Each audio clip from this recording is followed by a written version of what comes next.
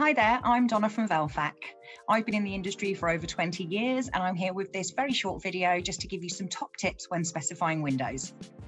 So firstly, choose windows and doors with a slim frame, which helps you maximize the amount of light that comes into the house. It actually proven that the more light that you push inside a house, actually the better you feel inside there, and it actually reduces the need for artificial light. So maximizing the light is our first tip. Second tip is energy efficient windows can save you a hell of a lot of money in energy bills over the lifetime of the product. All of that energy you're gaining on the inside, you want to stop from leaking back outside. And U value is the indicator for how much energy you're going to lose. So the lower the U value, the more thermally efficient the window. The next is to try and choose windows and doors that have been tested to physical attack.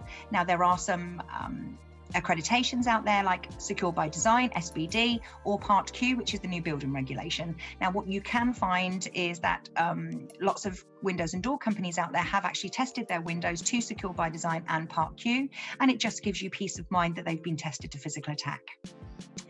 The next is regarding your property style. So try and look for a style of window that's going to suit the property that you're building. There are lots of different shapes and sizes and styles out there, but it's really good to try and dress the building the same way with the windows and doors. It just means that the aesthetics are much better in the end result. The next is to consider the space that you have, the accessibility you have, and the design of the actual build and where maintenance is going to be required. So for example, if you're specifying a timber window, and that might mean that you are going to have to maintain that window in the future, just try and get a maintenance schedule, which means that you will know what kind of work you're going to have to do to maintain that window, and in fact, what cost that might be in the future. And then the last tip for you is increase your house value by installing efficient windows. When we're selling our house, one of the first things that you look at when you're buying a new property is the state of the windows and doors.